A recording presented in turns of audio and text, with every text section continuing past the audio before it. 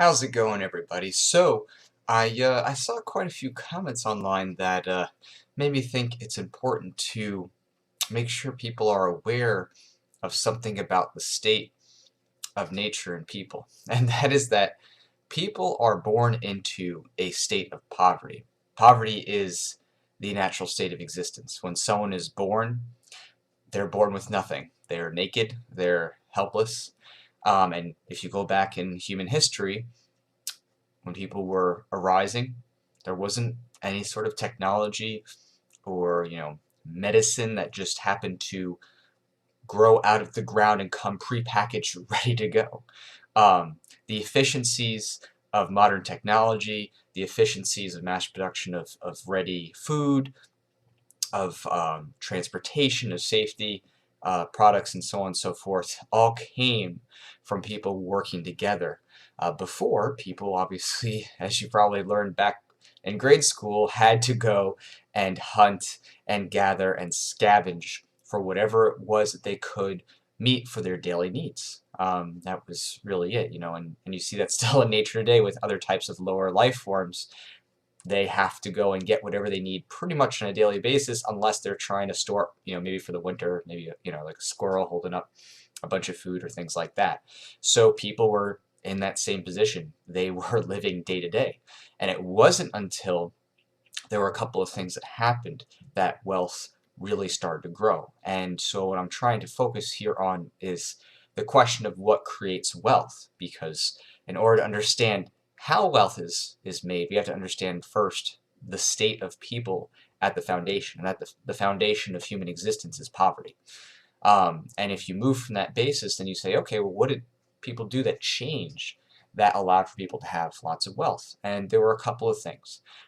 Some of those things, again, might be more familiar to you just because, living life, you probably see it all the time. Specialization, that's a common term that people have seen around, where someone is really talented at something. And so they specialize in that because they can produce more of a certain thing than maybe other people can. And go back a long time ago, what happened, there were people who were really good at maybe fishing, and they had a really good system in place. They knew how to get a lot of fish. And there might be someone else who was really good at, you know, going and gathering crops. And so what would happen is someone would say, if I go and I do the hunting, and I go and, look for meat, and that person goes and gets some, fruits and stuff like that, and they pick, and, they're good at getting things out of trees and plants. Maybe we could work together and trade and share, and suddenly now one person has a surplus of foods that were meat, and the other person has a surplus of maybe, plants or fruits, vegetables, those kinds of things. And so they could trade. And now by working together, they were both able to have an abundance of both things. That was a concept of specialization. And along with, of course, that specialization, as I just mentioned, came the trade, as people began to say, we could trade with each other, start to gather and do more on an individual level, and then share.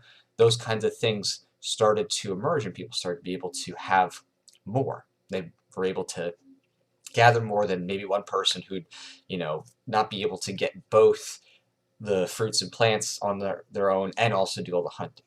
But what really then took it past that in terms of getting a large abundance of wealth was cultivation. And that's where exponential growth comes in. So, for example, people would set off areas where they would till the ground and plant large amounts of crops, or they would pen in animals, and those animals would then breed. And by protecting those animals and allowing them to breed, it would exponentially foster wealth. And then, in addition to having that surplus of whatever it is those animals or plants produce, now they could take that and also trade it with others who were doing the same. And so wealth began to accumulate. And fundamental to those things is not simply that, okay, someone specializes and someone also pens and sets things off so that they can have exponential growth with what, animals or plants, but then a respect of those things. It's very hard for people to work and build if others are not going to respect what someone has stored, right? If you have pillaging, if you have thieving, if you have destruction due to people interfering with those acquired items, whether they are plants or, animals, then you start to have massive losses, right? And so it was a development of people beginning to respect each other's work and labor and respect the areas that people had set off, that allowed for great amount of wealth to grow.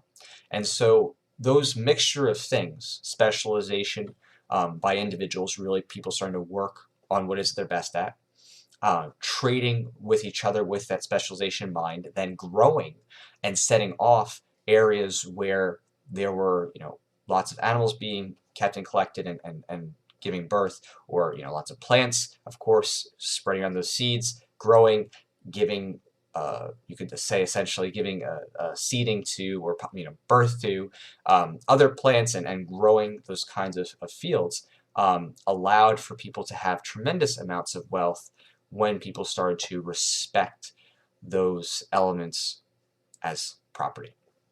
So again, what creates wealth? How do we move out of the state of poverty? It requires people working together, being able to have exponential growth by accumulating property and keeping that and growing it, and then of course being able to then have respect of that property as among people who are, of course, dealing with each other. If you don't have respect, then you don't have incentives there to be able to build things up, to make, I guess you could say, large areas set off for long-term growth and storage. Because if someone's going to constantly have that pillaged or burned or destroyed by other people, it makes it really hard for you to have growth. So wealth springs from voluntary cooperation, voluntary respect of acquired property, whether that was unowned plants, fruits, vegetables, or animals being captured, penned, and cultivated. Those who didn't have those kinds of things in place, that is, people who did not have the ability to pen off those kinds of animals and plants and be able to grow and store and have exponential wealth and have that respected, those were people who were often stuck in the hunter-gatherer mode for quite a long time, which was effectively being stuck in poverty.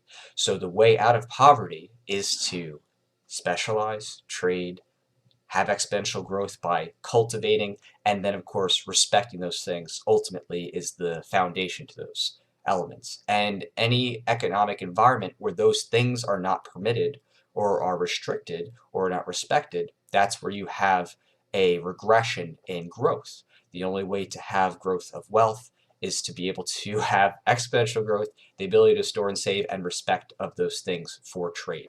And as those things start to go up, then you start to see everybody begin to become more and more prosperous. So I hope that kind of helps bring an understanding of what creates wealth and those kind of foundational principles about how wealth can be accumulated and of course be shared with others. And some people might be like, oh, but then what happens if someone just tries to keep it all for themselves? Unfortunately, it doesn't work that way, because in order for people to be able to get the things that they want and grow, they are going to have to trade, because an individual can't do it all on his or her own. Not one person can start to finish build all the things that are needed in an economy that creates more and more wealth and prosperity and solutions to nutrition and shelter and health and clean water, all those things that are foundational needs. Those require people working together, and those who don't wish to work together with other people in terms of trade, who aren't open to that, end up suffering the market consequences because they're being inefficient and they're being wasteful. So there is an incentive to voluntarily work together toward prosperity, and those transactions, when respected, do ultimately lead to great wealth for everyone. So thank you so much, everybody, for listening, and I'll talk to you later.